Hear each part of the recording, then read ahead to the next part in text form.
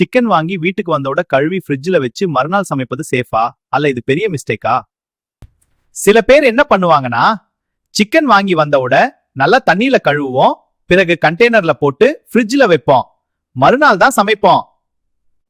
சரி, அது சேஃப் தானா? பொதுவா சேஃப் தான். ஆனா ஒரு முக்கிய கண்டிஷன் இருக்கு. சிக்கன் கழுவிய பிறகு அதை கிச்சன்ல வெளியே வைக்க கூடாது. உடனே ஃப்ரிட்ஜ்ல வைக்கணும். ரூம் டெம்பரேச்சர்ல நேரம் அதிகமாக இருந்தா பாக்டீரியா வேகமா அதிகரிக்கும். ஃப்ரிட்ஜ் டெம்பரேச்சர் பொதுவாக 0 to 4 டிகிரி. இந்த டெம்பரேச்சர்ல ரா சிக்கன் 1 to 2 டேஸ் சேஃபாக இருக்கும்.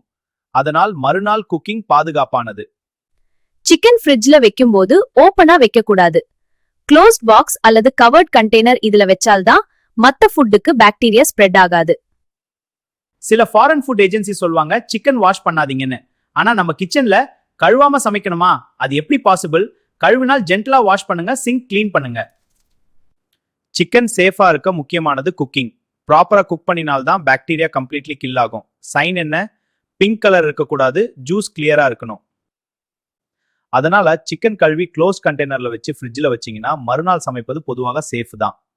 நீங்க சிக்கன் வாங்கி வந்தோட அதே நாளே சமைப்பீங்களா அல்ல ஃப்ரிட்ஜ்ல வச்சு மறுநாளா?